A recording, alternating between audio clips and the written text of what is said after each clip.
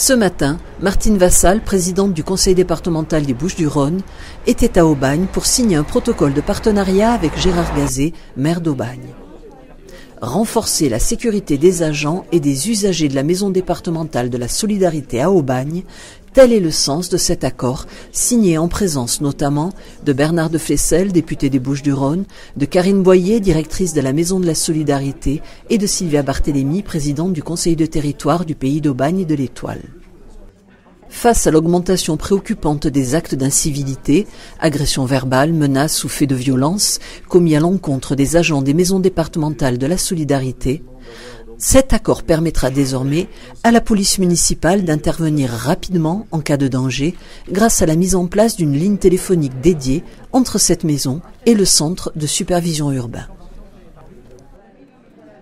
Alors nous avons lancé, lorsque nous sommes arrivés à la tête de l'exécutif, les États généraux de Provence, sur lesquels, avec l'élu en charge, M. Rey et Mme Custorino, nous avons vu qu'il y avait nécessité d'améliorer la sécurité dans ces maisons de la solidarité qui reçoivent de plus en plus de personnes. Ce sont 1200 agents au travers du département qui avaient ce type de soucis.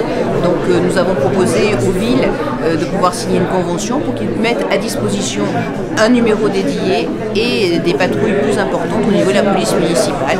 C'est aujourd'hui une nécessité, il faut être précautionneux dans la sécurité et effectivement nous ne jouons pas avec la sécurité de nos agents.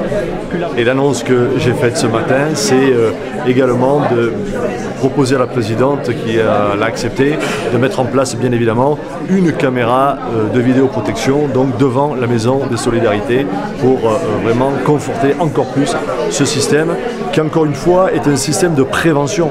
Et notre objectif à nous, c'est d'expliquer et de faire comprendre à tout le monde que des agents ne peuvent pas être maltraités.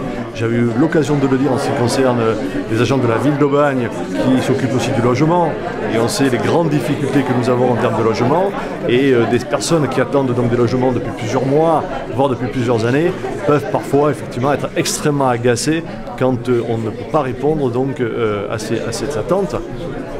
Mais pour autant, on ne peut pas accepter non plus que ces personnes-là donc aient soit des propos déplacés, soit est une expression de violence verbale et encore moins physique.